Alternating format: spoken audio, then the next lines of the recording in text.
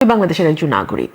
So আমি বুঝতে চেষ্টা করি যে বাংলাদেশের মানুষ আসলে এই সরকারটির ব্যাপারে কি ভাবছে, কি বলছে। এবং আজকাল যেহেতু সামাজিক যোগাযোগ মাধ্যম প্রায় সকলেই ব্যবহার করে, সো আগে যেমন মানুষের খবর জানতে হলে একেবারে দূর দূরান্তে গিয়ে তাদের সঙ্গে সংযোগ স্থাপন করে জানতে হতো, এখন বিষয়টি আর তত কঠিন নয়। সো আপনি যখন সামাজিক যোগাযোগ মাধ্যম খুলবেন, এখন আমি মানুষের কষ্ট, ক্ষুব্ধতা, রাগ এবং প্রতারিত হবার একটা ছবি আমি খুব স্পষ্ট দেখি। আমি যখন সংবিধান সমুন্নত রাখবার জন্যে এই সংবিধানের অধীনে প্রথম শপথ নিলাম, আমি কি করে এই সংবিধানকে ফেলে দেওয়ার জন্য দ্বিতীয় শপথ নেই? এখন প্রশ্ন হচ্ছে যে তাহলে এই যে সনদ, এই যে সংবিধান সংস্কার, সংশোধন, যেটাই আপনি বলেন, সেটার ব্যাপারে কি হবে? সংবিধানটাকে আপনি কিভাবে সংশোধন করবেন, এটা এই সংবিধানই বলে দেয়া আছে। 2/3 মেজরিটি ভোট যদি আসে, আপনি সংবিধানের যে কোনো সংশোধন করতে পারেন। অতীতেও হয়েছে, ভবিষ্যতেও হবে। আমি হতাশ হয়ে গেছিলাম গত 1.5 বছরে, মানে ইউনুস আমলে, যখন আমি দেখেছি মঞ্চ নাটক বন্ধ হয়ে যাচ্ছে, যখন আমি দেখেছি গানের আসর বন্ধ হয়ে যাচ্ছে, যখন আমি দেখেছি মাজার ভাঙা হয়েছে, যখন আমি দেখেছি যে আপনার মেয়েদের ফুটবল খেলা শালীনতা অশালীনতার নামে বন্ধ করা হয়েছে, যখন আমি দেখেছি যে বিভিন্ন জায়গায় প্রেক্ষাগৃহগুলোতে মানুষ ভয় পাচ্ছে, সিনেমা দেখতে যেতে ভয় পাচ্ছে, তখন আমিও ভয় পেয়েছি যে আমরা আসলে কোন বাংলাদেশ দিকে যাচ্ছি।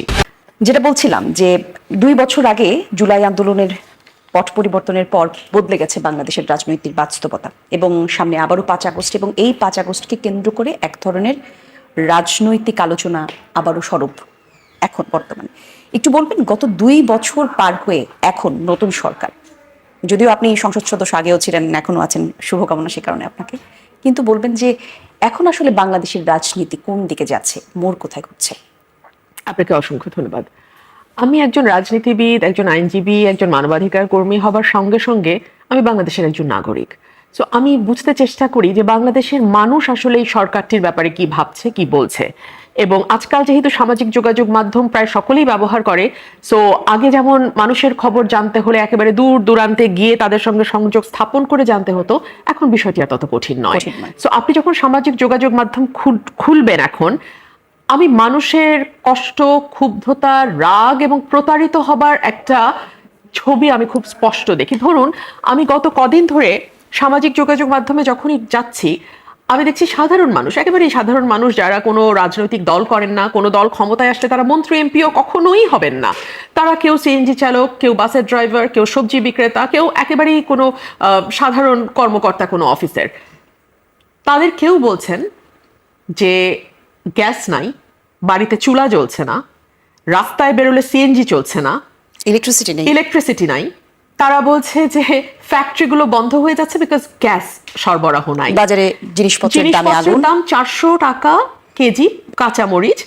আচ্ছা, কাঁচামরিচ ছাড়াই না হয় রাঁধলাম, একটা লাউ কিনতে যাবেন 120 টাকা সর্বনিম্ন।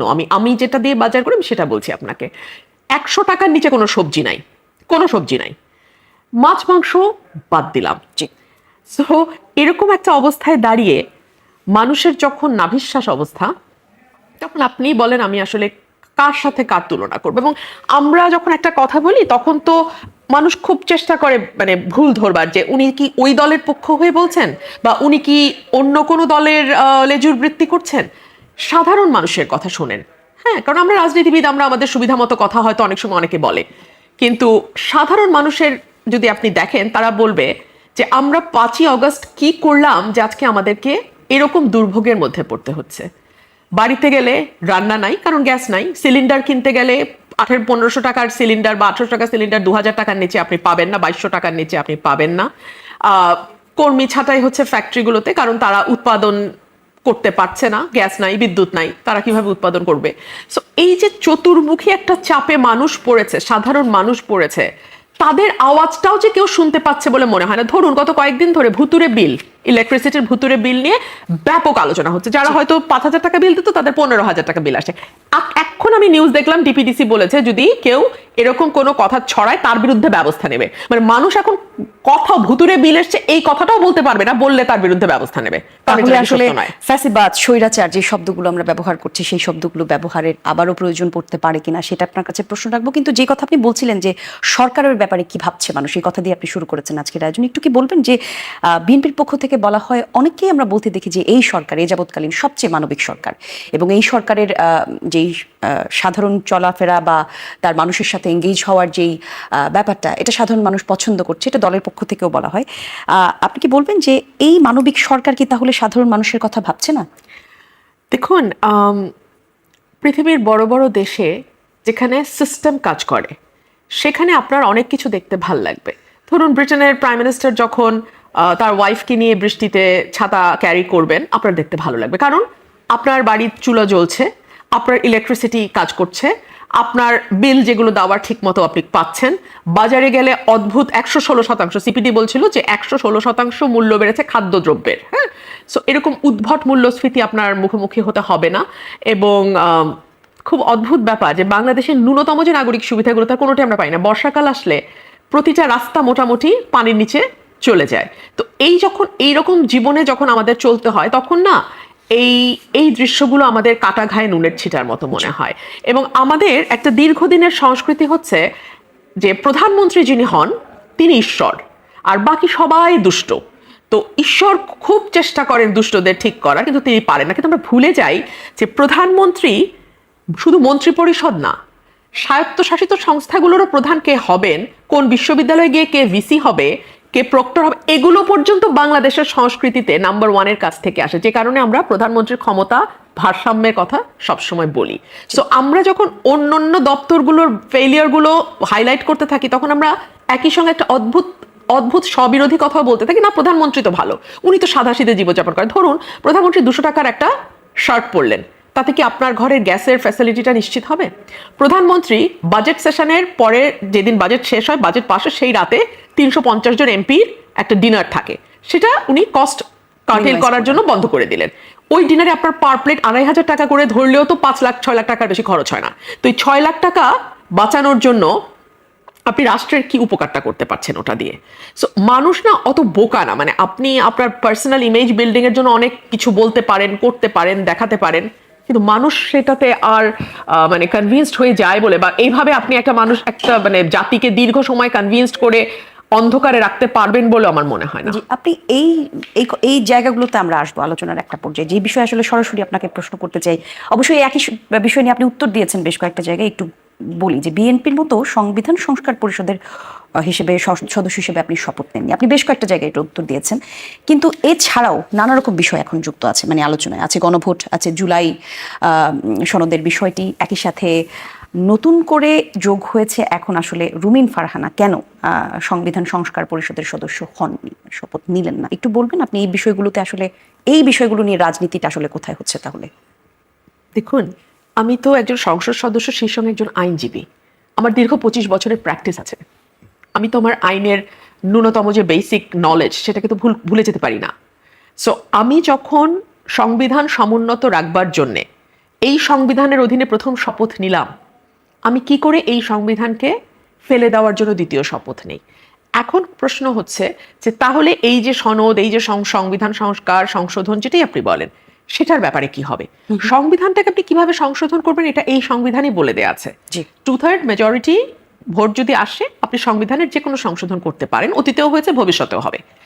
আর যদি আপনি সংবিধানটাকে ফেলে দিয়ে নতুন সংবিধানের কথা বলেন, নতুন সংবিধান লিখবার কথা বলেন, তাহলে তো আপনার শুরুতেই একটা বিপ্লবী সরকার গঠন করা উচিত ছিল।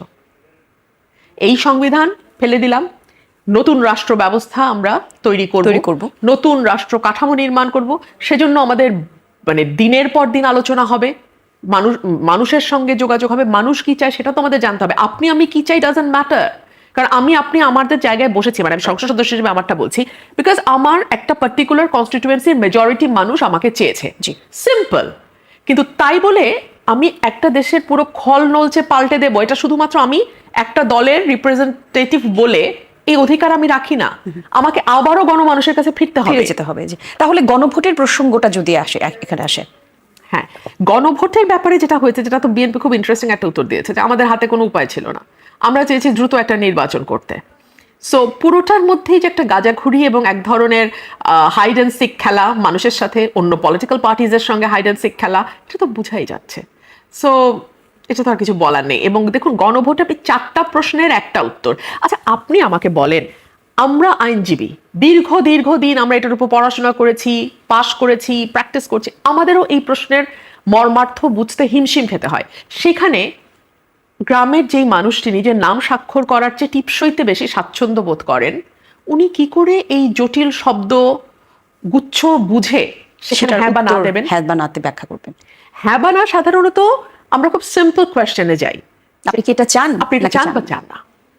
ফর এক্সাম্পল, আপনি কি রুমিন ফারহানাকে এই পদে দেখতে চান না চান না? হ্যাঁ বা না, ইটস ভেরি সিম্পল, যেটা এভরিওয়ান উইল আন্ডারস্ট্যান্ড। কিন্তু আপনি সংবিধানের কঠিন কঠিন 4টা বিষয় নিয়ে এসে একটি প্রশ্নের মাধ্যমে, তাও হ্যাঁ এবং না, তাকে জবাব দিতে বলছেন, এটা তো হয় না। আর জুলাই সনদ নিয়ে আপনার কি চিন্তা? দেখুন, জুলাই সনদে মোটামুটি সকল রাজনৈতিক দল অংশ নিয়েছে। অনেকগুলো বিষয় কিন্তু রাজনৈতিক দলগুলোর মধ্যে মতৈক্য হয়েছে, কিছু জায়গায় নোট অফ ডিসেন্ট আছে।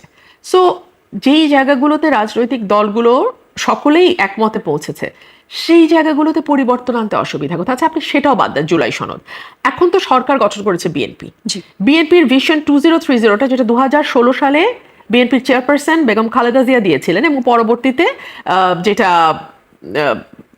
বর্তমান প্রধানমন্ত্রী জনাব তারেক রহমানও পরবর্তীতে অনেকগুলো জায়গায় দফাওয়ারি অনেকগুলো জায়গায় সংশোধনের কথা বলেছেন, পরিবর্তনের কথা বলেছেন। সেই জায়গাগুলোর পরিবর্তনীয় বা কি হচ্ছে?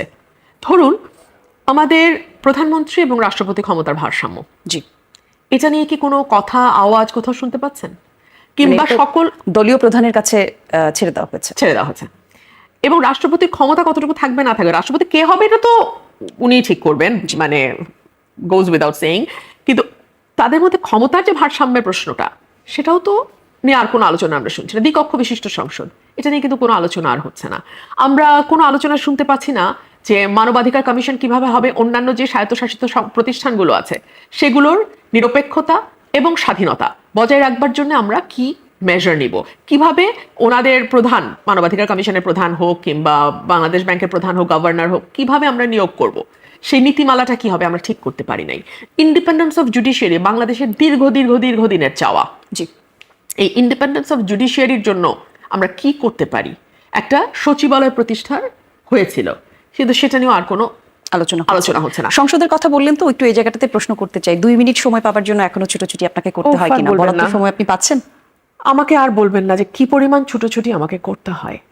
আমি অন্তত এটুকু আপনাকে নিশ্চিত করি, আমি তো এর আগের সংসদেও সংরক্ষিত মহিলা আসনে ছিলাম। আমি স্পিকারের কাছে যতবার গেছি, উনি আমাকে বলেন নাই যে আপনি সরকার দলীয় হুইপের কাছ থেকে সময় নিয়ে আসেন, আমি আপনাকে সময় দিতে পারবো না, কখনো বলেন নাই। হ্যাঁ, আমি হয়তো 15 মিনিট চেয়েছি, উনি আমাকে 10 মিনিট দিয়েছে, এটা হয়েছে।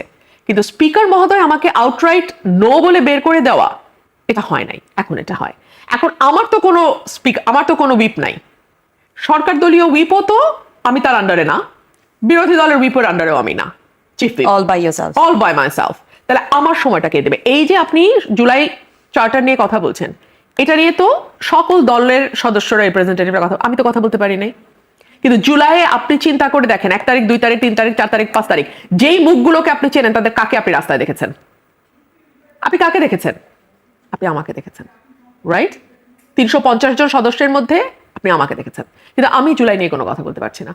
আমেরিকার সাথে বাংলাদেশের ট্রেড এগ্রিমেন্ট, আমি সপক্ষে বিপক্ষে বাদ দেন, এটা নিয়ে তো একটা আলোচনা হতে পারতো, হওয়া উচিত ছিল, হলো না। তো কেন হলো না এই বিষয়টি নিয়ে আলোচনা? রুমিন ফারহানাকে বলবেন। কারণ ওই যে যেটা ইউনুস গভর্নমেন্ট বলে গেছে যে সব সরকারই তো একমত হয়েছে, মানে সব পলিটিক্যাল পার্টি, জামাত, বিএনপি সবাই একমত হয়েছে ট্রিটি নিয়ে। তো ট্রিটি নিয়ে আলোচনা হবে কেন?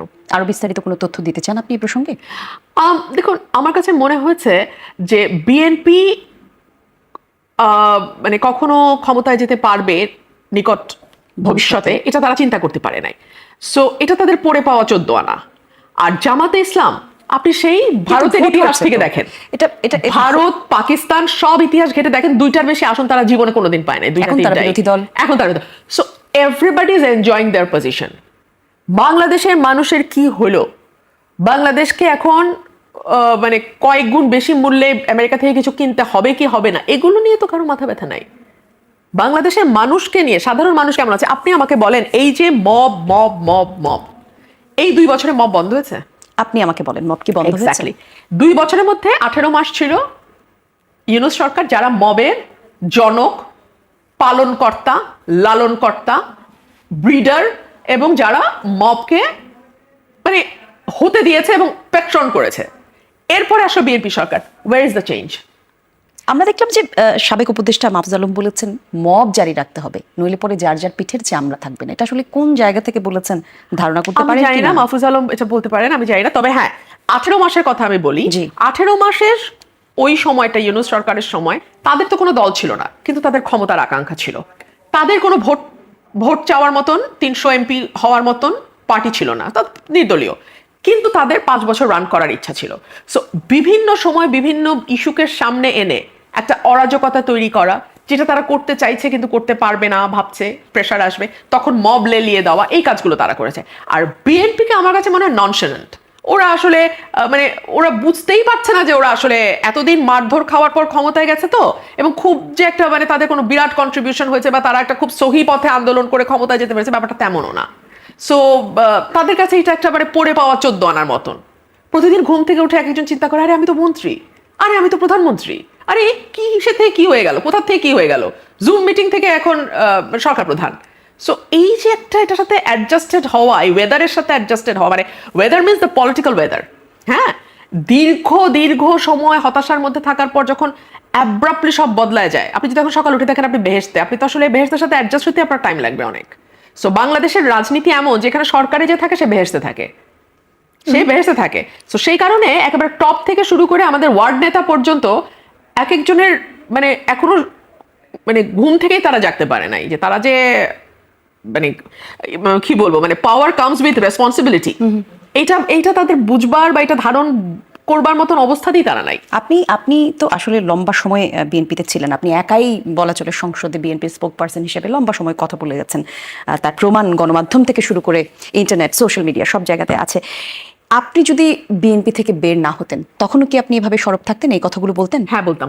এই প্রশ্ন আমি আমার নিজেকে অনেকবার করেছি, এবং আমি এত কনফিডেন্টলি কেন আপনাকে বলছি জানেন? আপনি আমার 18 মাসের ফুটেজ দেখেন, আমি কিন্তু তখন বিএনপিতে, মানে ইউনূসের সময়কার ফুটেজ দেখেন, বিএনপির চাঁদাবাজি নিয়ে আমি সবচেয়ে সোচ্চার ছিলাম আমি, কারণ ওই সময় তো বিএনপি গভর্নমেন্টে নাই। সো আমি তো গ্যাস সংকটের জন্য বিএনপির সমালোচনা করতে পারবো না, বিদ্যুতের ক্রাইসিসের জন্য বিএনপিকে ধরতে পারবো না। আমি কি বলেছি? বিএনপির চাঁদাবাজি নিয়ে বলছি। আমি বলেছি যে এটা যদি আপনারা কন্ট্রোল করতে না পারেন, আপনাকে ভোটের মাঠে এটা প্রাইস পে করতে হবে।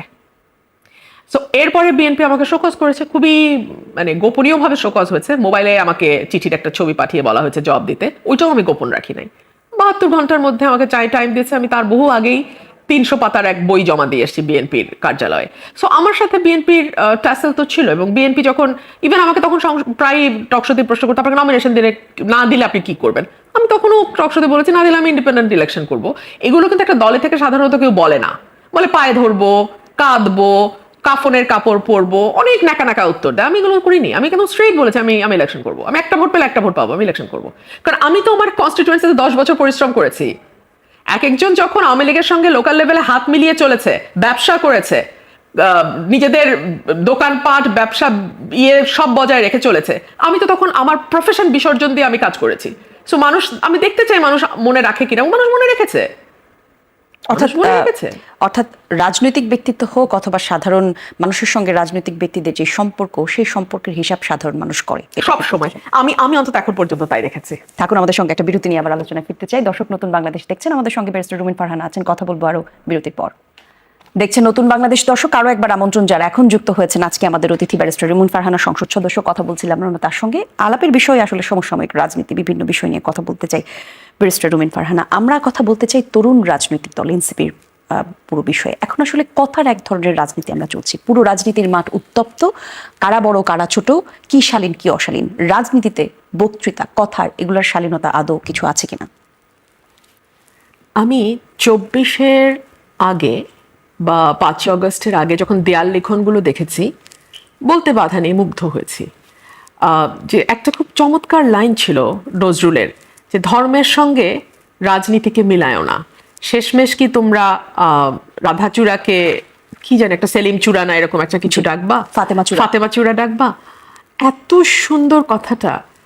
আর যখন 5 অগস্ট হয়ে গেল, অভ্যুত্থান হয়ে গেল, তারপর আমরা রাজনীতির মিছিলে যে ভাষা দেখলাম, কারো বাড়ির সামনে প্রতিবাদ করবার নামে মব করে তখন যেই ভাষা শুনলাম, এবং রাজনীতিতে হিরো হিসেবে চালিয়ে দেবার একটা চেষ্টা কোনো ব্যক্তিকে করা হয়েছে, যারা বিখ্যাতই হয়েছেন তাদের অশ্রাব্য অশালীনতম ভাষার জন্য।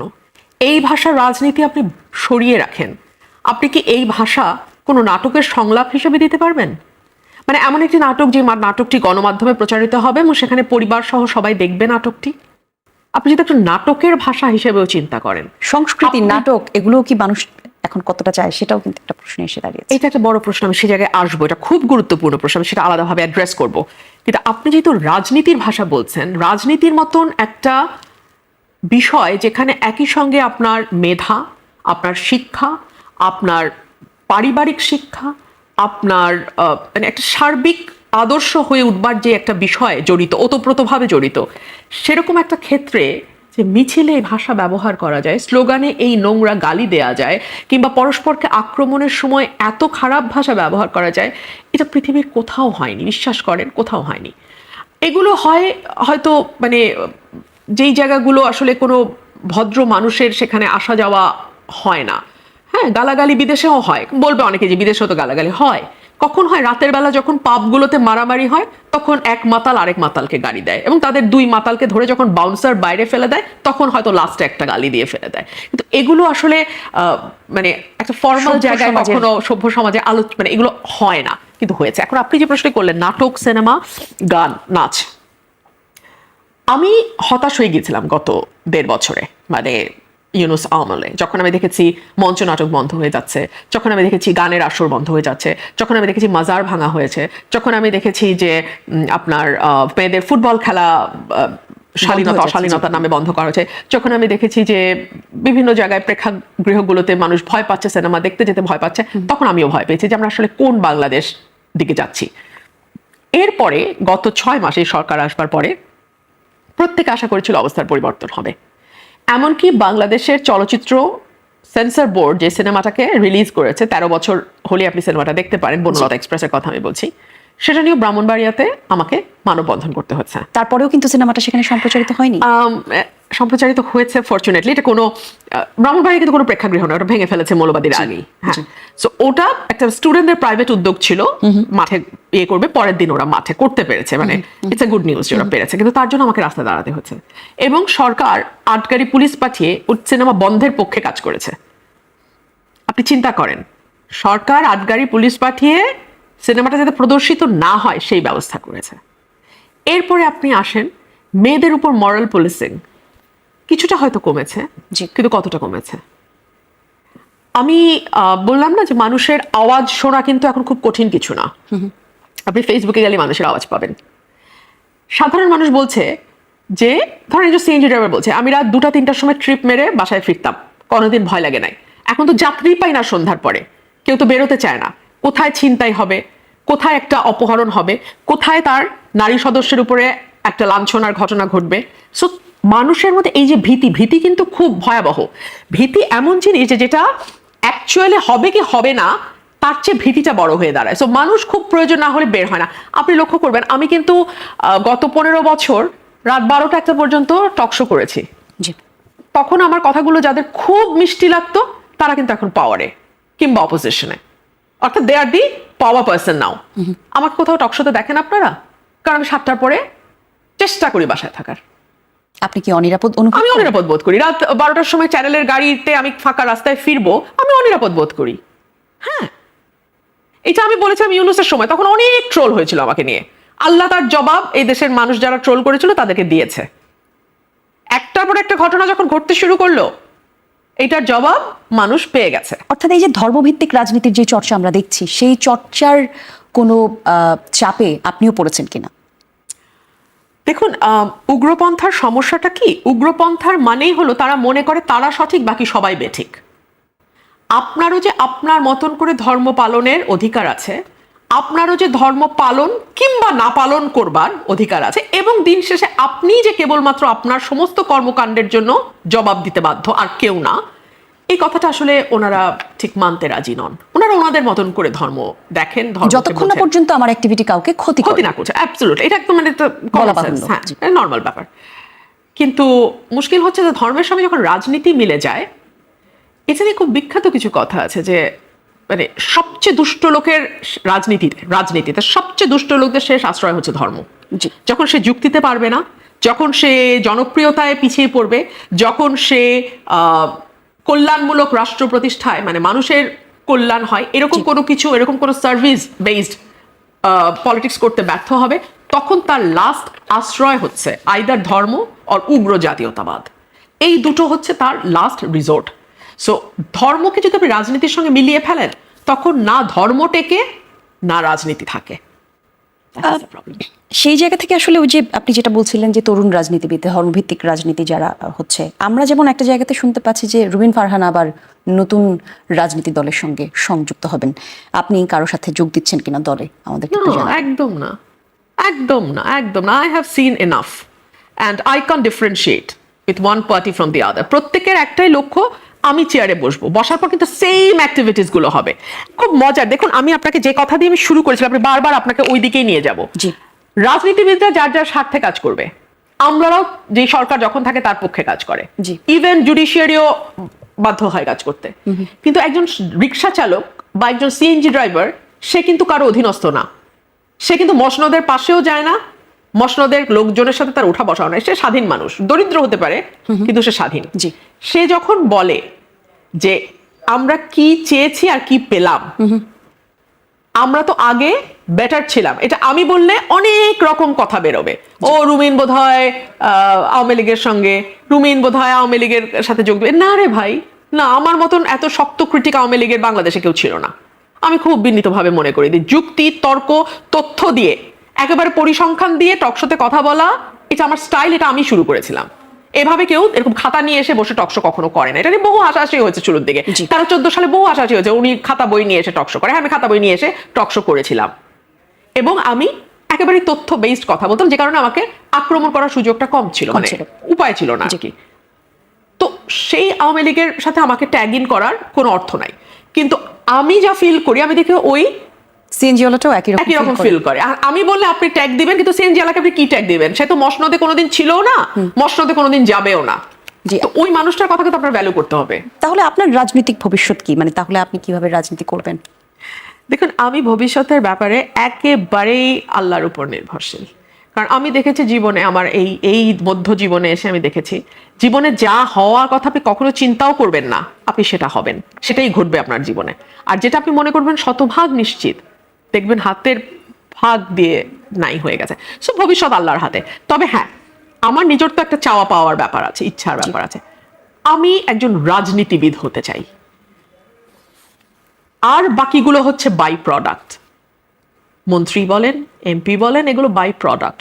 এটা আপনাকে সবসময় বলতে শুনেছি, কিন্তু আমি একজন রাজনীতিবিদ হতে চাই, আমি মানুষের জন্য কাজ করতে চাই। গান্ধী কখনো পাওয়ারে যায় নাই, কোনোদিন যায় নাই। সুভাষ বোস কখনো পাওয়ারে যায় নাই। মৌলানা ভাসানী কখনো পাওয়ারে যায় নাই। পাওয়ার তাদের অ্যাট্রাক্ট করে। কিন্তু আমাদের এই দেশে তো টিকে থাকা কঠিন হয়ে যায় যখন আপনি পাওয়ারের কাছাকাছি না। আমার জীবন তো অনেক 2/3 শেষ, আর কি, আর অল্প, আর 1/3 বাকি। আল্লাহ পার করে দিবেন। পাওয়ার নিয়ে আমার আসলেই মাথা ব্যথা নাই, একদম নাই। সেক্ষেত্রে মানে আপনি যেই রাজনীতিটা করছেন এখন, আসলে বলা হচ্ছে সরকার দলের ছাড়া বাকি যেই সংসদ সদস্য, তারা আসলে বরাদ্দ, সরকারি বরাদ্দ এরকম ভাবে পাচ্ছেন না। আপনি যে প্রতিশ্রুতিগুলো দিয়েছেন আপনার এলাকাতে, সেগুলো তাহলে কিভাবে পূরণ করবেন? কেমন পাচ্ছেন বরাদ্দ, সে বিষয়টা যদি একটু বলতেন। বরাদ্দ কম পাচ্ছি, বরাদ্দ প্রায় পাচ্ছি না। এবং ওই মন্ত্রণালয়ে ঘুরে মন্ত্রীদের হাতে পায়ে ধরে বোধহয় কিছু কাজটা জানা যায়, সেগুলো আসলে করছি না। হাতে পায়ে ধরা তো সম্ভব না, গিয়ে হয়তো বলতে পারি, বললে কতটুকু শুনবে মন্ত্রীরা আমি তাও জানি না। এইসব কারা মন্ত্রী হয়েছে দেখে কোনোদিন 15 বছরে দেখিও নাই। সো এদের সাথে যে আমার ম্যাক্সিমামের সাথে, সরি নট যে কাউকেই মন্ত্রীদের দেখি নাই, বাট ম্যাক্সিমাম মন্ত্রীকে আমি জীবনে দেখি নাই। সো এদের সাথে আবার পরিচিত হয়ে গিয়ে কথা বলাটা little difficult for me. So যাদেরকে কথা দিয়েছেন এলাকাতে, সেই প্রতিশ্রুতিগুলো কিভাবে তাদেরকে একটা বিষয় বুঝতে হবে যে অনেক সময় বৃহত্তর স্বার্থের দিকেও তাকাতে হয়। আমি যদি সাধারণ মানুষের কথা না বলি, পার্লামেন্টের একটা মানুষ আপনি পাবেন না, কেউ বলছে না। মানে আমি চুপ থেকে দেখেছি যে কেউ বলে কিনা, না কেউ বলছে না। এনসিপি মাঝে মধ্যে 2-1 কথা বলার চেষ্টা করে, বাট এর বাইরে কেউ বলছে না। হ্যাঁ, সো আমাকে বলতে হবে, এতে সরকারি বরাদ্দ আসুক বা না আসুক, আর মানুষের হাতে সব হিসাব থাকে। মানুষ দিন শেষে হিসাব করে ফেলে, কারণ কিছু না দিয়েও তো আমাকে কিছু দিতেই হবে। একজন চোর এমপি কতটুকু কাজ করে, আর আমি তো আমার পুরোটা দিয়ে কাজ করছি। সো কিছু না হলেও তো কিছু হয়। মানুষ কিন্তু, আমার দেশের মানুষ অল্পতে তুষ্ট, এবং তারা বুঝতে পারে যে আমার চেষ্টা আছে কিনা। সময় আমাদের কাছে খুব বেশি নেই, কিন্তু যে বিষয় নিয়ে কথা না বলে আপনাকে আজকে ছাড়তে চাই না, সে বিষয়টি হচ্ছে আওয়ামী লীগের পুনর্বাসন এবং শেখ হাসিনার দেশে ফেরা। আপনি কি মনে করেন, যে কথা আমরা শুনছি তিনি দেশে ফিরবেন ডিসেম্বরে, আপনার কাছে কি মনে হয় তিনি কি ফিরবেন কিনা? উনি ডিসেম্বরে ফিরবেন কিনা আমি জানি না, তবে আমি একজন রাজনৈতিক ক্ষুদ্র কর্মী হিসেবে যেটা বুঝি উনি ফিরবেন, ফিরতেই হবে ওনাকে। ফিরতে হবে কয়েকটা কারণে। আপনি যদি একেবারে নিরপেক্ষভাবে দূর থেকে দাঁড়িয়ে ওনার অবস্থানটা চিন্তা করেন, ওনার পরিবারের একটা দীর্ঘ ইতিহাস আছে রাজনীতির, এবং একটা দীর্ঘ ত্যাগের মধ্যে দিয়ে তার পরিবারকে যেতে হয়েছে। ইনফ্যাক্ট তিনি তার পুরো পরিবারকে হারিয়েছেন এই রাজনীতির কারণেই। তার সঙ্গে জড়িয়ে আছে তার পরিবারের সঙ্গে তার আরো বৃহৎ পরিবার, তার দল, যেই দলটিকে একেবারে ভেঙে চুরে যাওয়া অবস্থায় ৭৫ থেকে ৮০ তিনি ৮১ সালে ফিরে এসে হাল ধরেছিলেন, এবং ৮১ থেকে ২৬ ছেচল্লিশ বছর উনি এই দলটার প্রধান হিসেবে মাঠে, রাজনীতির মাঠে, সংসদে, রাষ্ট্র ক্ষমতায় এবং বিরোধী দলে থেকে লড়াই করেছেন। সো এখন যদি উনি না আসেন, ওনার পরিবার তো কেবলমাত্র উনি এবং ওনার ২ সন্তান নন, ওনার পরিবার হচ্ছে আওয়ামী লীগের এই বিশাল পরিবার।